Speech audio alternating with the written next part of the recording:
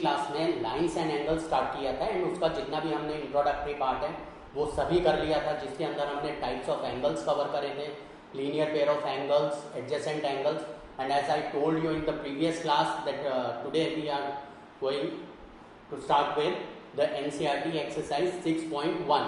So before doing the exercise 6.1 we start with the theorem. हम क्या करेंगे आज NCERT का एक्सरसाइज जो है चैप्टर 6 में एक्सरसाइज 6.1 लाइंस एंड एंगल्स, जिसके आज हम थ्योरम्स एंड एग्जाम्पल्स करेंगे. तो late us start with the theorems and the examples. तो सबसे पहले हम स्टार्ट करते हैं अपना थ्योरम 6.1. थ्योरम जो है ये काफी इंपॉर्टेंट होते हैं, ये एज अ प्रॉपर्टी हमारे होल चैप्टर में क्वेश्चंस में अप्लाई होते हैं. अगर थ्योरम्स तुम्हें लर्न नहीं है, इसका मतलब ज्योमेट्री में तुम क्वेश्चंस नहीं कर सकते. खासकर 9th ऑनवर्ड अगर तुम ज्योमेट्री करते हो और तुम्हें थ्योरम्स लर्न नहीं है तो क्वेश्चंस तुम नहीं कर सकते. And if you know the theorems तो तुम्हें एकदम से स्ट्राइक करेगा क्वेश्चंस के अंदर कि कौन सा थ्योरम अप्लाई होगा. एंड थ्योरम अप्लाई होते के साथ ही तुम्हारा जो क्वेश्चन है ज्योमेट्री का वो सॉल्व हो जाता है. So let us start with the theorem 6.1. क्या कहती है ये थ्योरम हमारी? If two lines intersect each other, अगर दो लाइंस इंटरसेक्ट करती हैं, right, then the vertically opposite angles are equal. जैसा कि मैंने जो लास्ट वीडियो है उसके अंदर वर्टिकली ऑपोजिट एंगल्स के बारे में बताया था. अगर लास्ट वीडियो अगर अच्छे तरीके से नहीं देखा है तो उस वीडियो को देखो. जो पार्ट 1 है हमारा लाइंस एंड एंगल्स का, उसके अंदर vertically opposite angles, adjacent angles, इसकी पूरी एक्सप्लेनेशन है. इस जो वर्टिकली ऑपोजिट एंगल्स है वो कैसे फॉर्म होते हैं, what are vertically opposite angles, ये जो इससे पहले वाला जो हमारा लाइंस एंड एंगल्स का पार्ट 1 है उसके अंदर अच्छे से क्लियर हो जाएगा. एंड आज हम इसी जो ये हमारा स्टेटमेंट है, थ्योरम है, इसी का हम डेरिवेशन करने जा रहे हैं. If two lines intersect each other then pair of vertically opposite angles are equal. Two lines intersect each other. Suppose AB is a line, right? This is a line AB and CD is another line and they are intersecting at this point. Let this point be O. यानी कि if two lines intersect then the vertically opposite angles are equal. Vertically opposite angles are equal. ये हमें यहाँ पर prove करना है. Vertically opposite angles हमारे क्या होंगे? AOD and COP. एक ये पेयर होगा and one pair is AOC and DOB. तो इसके अंदर हमें जो प्रूव करना है वो क्या प्रूव करना है? To prove angle AOD is equal to AOD किसके इक्वल होगा? COB के. COB हमें ये प्रूव करना है that vertically opposite angles are equal. Means ये वाला जो एंगल है ये इस एंगल के इक्वल होगा एंड ये वाला जो एंगल है ये इस एंगल के इक्वल होगा. ये हमें यहाँ पर प्रूव करना है. सेकंड पेयर जो हमें प्रूव करना है, angle AOC is equal to angle BOD. This we have to prove. यही हमारा थ्योरम है. Two lines intersect each other then the vertically opposite angles are equal. अब हम इसका प्रूफ करते हैं. In proof, we start with the linear pair. We know linear pair. Linear pair क्या होता है? दो adjacent angles में अगर हमारी जो uncommon arms हैं, if they are opposite rays, they form a linear pair. And linear pair में जो sum of the two angles होता है is 180 degree. Here we can see easily that OD and OC are two opposite rays, and OA stands on CD. इसका मतलब they form a linear pair. तो हम यहाँ पर ये लिखते हैं since COD is a straight line. COD is a straight line. This is a straight line and OA stands on CD and OA stands on CD. Means linear pair form होगा. So this implies angle COA plus angle AOD is equal to 180 degree. Reason is linear pair axiom में। अगर linear pair अगर clear नहीं है तो जो lines and angles का part 1 है उसे देखो, उस वीडियो के अंदर लीनियर पेयर का जो कॉन्सेप्ट है वो बताया गया। अब इन दोनों एंगल्स का जो सम है वो हमारा 180 डिग्री है, लीनियर पेयर। इसी तरीके से हम देख रहे हैं AOB हमारा स्ट्रेट लाइन है जिसके ऊपर OC स्टैंड कर रहा है, तो इसका मतलब इन दोनों एंगल्स का भी सम 180 डिग्री होगा। ये पार्ट हमारा कॉमन है, कैंसिल हो जाएगा, तो ये दोनों पार्ट इक्वल हो जाएंगे। तो same way AOB is a straight line, AOB is a straight line, right, and OC stands on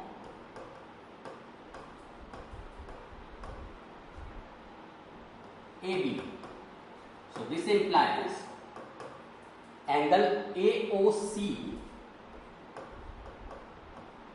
plus angle COB is equal to 180 degree. Same reason, linear pair, right? अब हम क्या करते हैं, हम इन दोनों स्टेटमेंट्स को इक्वेट कर देते हैं। दोनों का सम 180 के इक्वल है। Things which are equal to the same thing are equal to each other. कैसे? If A is equal to B, B equal to C, A B के इक्वल है, B C के इक्वल है, then this implies A equal to C, right? तो things which are equal to the same thing are equal to each other. इन दोनों का भी सम 180 है, इन दोनों का भी सम 180 है। That means from 1 and 2 we get what we get?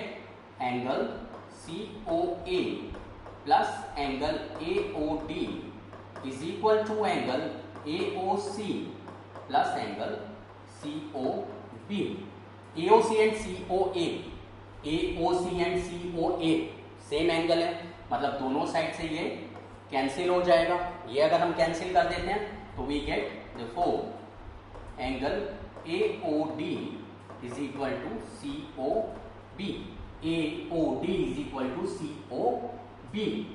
यही हमें यहाँ पर प्रूव करना था। फर्स्ट पार्ट हमारा प्रूव हो गया, तो यहाँ पर दिस इज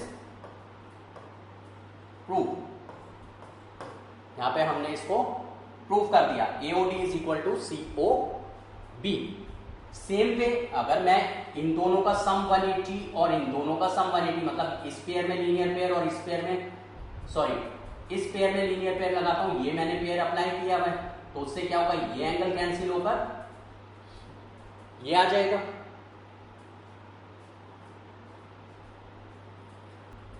सेम वे हमें क्या मिलेगा यहां पर, AOB is a line, OD stands on AB, so angle AOD plus angle BOD is equal to 180 degree, linear pair, right? ये भी हमारा लीनियर पेयर है। अब हम क्या करते हैं, इसको 3 ले लेते हैं। अब हम कंपेयर कर देते हैं, यहां पर देखते हैं कि जो AOD and COB, AOD and COB, AOD first में है एंड AOD हमारा इसमें AOD कैंसिल हो जाएगा, यानी अगर हम फर्स्ट एंड थर्ड को कंपेयर करते हैं फ्रॉम 1 and 3, 1 and 3 को अगर हम कंपेयर करते हैं, angle COA plus AOD, angle COA plus angle AOD is equal to angle AOD plus angle BOD, angle AOD plus angle BOD। यहां से AOD कैंसिल हो गया, इसका मतलब angle COA is equal to angle BOD। This implies angle COA is equal to angle BOD। ये हमारा second part prove हो जाता है। तो दोनों पार्ट हमने प्रूव कर दिए। ये जो थ्योरम है ये एग्जाम में पूछी जाती है। जिस भी थ्योरम के नीचे अगर एक ब्लैक कलर का स्क्वायर बना हुआ है, एनसीईआरटी के अंदर किसी भी थ्योरम के नीचे अगर ब्लैक स्क्वायर बना हुआ है अगर छोटा सा, इसका मतलब that theorem can be asked in the examination. वो थ्योरम एग्जाम में पूछी जा सकती है। एंड ये जो थ्योरम है इस चैप्टर की काफी इंपॉर्टेंट है, जो कि एग्जाम में पूछी जाती है, क्वेश्चन में डायरेक्टली दे देंगे वो, prove that two vertically opposite angles are equal. तो ये था हमारा थ्योरम 1। अब हम स्टार्ट करते हैं 6.1 के एग्जाम्पल्स के साथ। 6.1 का जो हमारा फर्स्ट एग्जाम्पल है,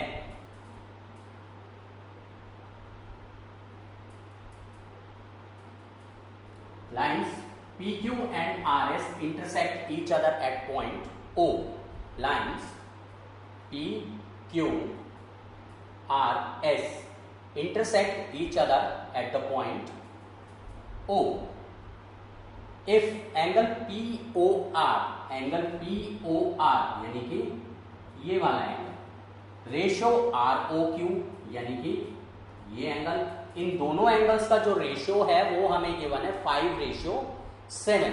इन दोनों एंगल्स का रेशियो हमें गिवन है 5:7। हम क्या करते हैं, इस एंगल को 5x अज्यूम कर लेते हैं एंड इस एंगल को 7x अज्यूम कर लेते हैं, where x is a ratio constant. तो इससे हमें क्या मिलेगा, दोनों एंगल्स का जो सम है वो हमारा कितना हो जाएगा, 180 डिग्री हो जाएगा, राइट। तो इसके अंदर हम ये देख रहे हैं कि जो angle POR plus angle ROQ ये हमारा 180 डिग्री फॉर्म कर रहा है लीनियर पेयर से, जो कि हमें डायरेक्टली यहां पर नजर आ रहा है। हमें जस्ट क्या करना है, हमें अजम्पशन करनी है, लेट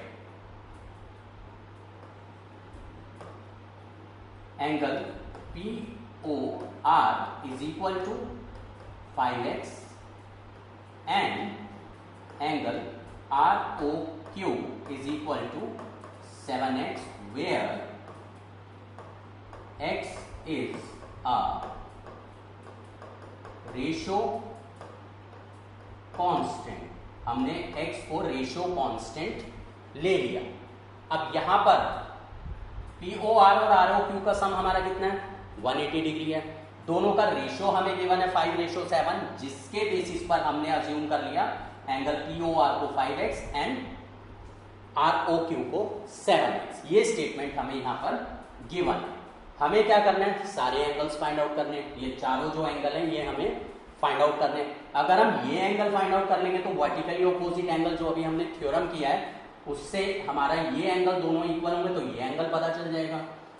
ROQ पता चलने से हमें POS पता चल जाएगा वर्टिकली ऑपोजिट एंगल से। तो हम क्या करते हैं, सबसे पहले x का वैल्यू निकालते हैं एंड हम क्या करेंगे, यहां पर वैल्यूज प्लेस कर देते हैं, राइट। POR हमारा कितना है, 5x। ये तो हमने क्या किया, रेशो ले ली, ठीक। इसके अंदर हम वैल्यूज पुट कर देते हैं, putting the values in 1, putting values of angle POR and angle ROQ in 1. POR is 5x plus ROQ is 7x is equal to 180 degree. So 12x is equal to 180 degree. This implies x is equal to 180 divided by 12. 12 1 से 12 बचा 3, 12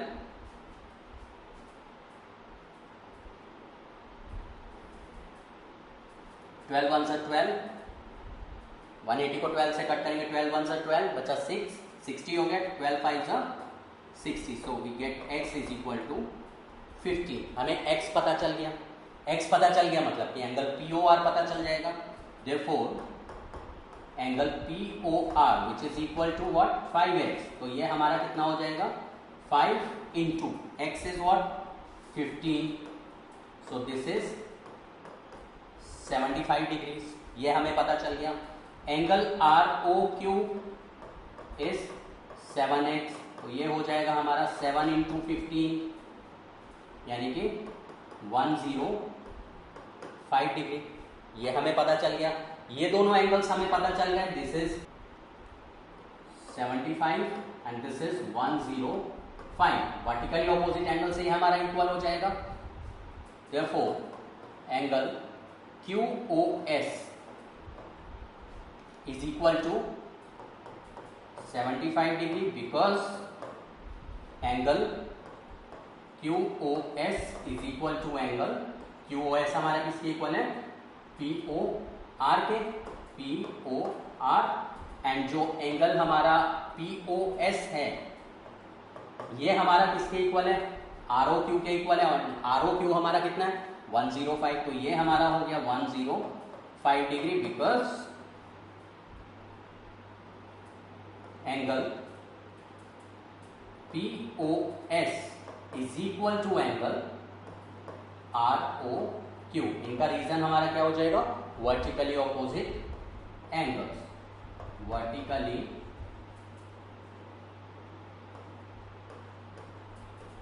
opposite angles. तो vertically opposite angle theorem apply करने के बाद हमने दो angle जैसे find out किए, वर्टिकली ऑपोजिट एंगल्स का हमने थ्योरम अप्लाई करा एंड हमें बाकी दो एंगल्स इजीली पता चल गया। ये था हमारा एग्जांपल 1 NCERT का।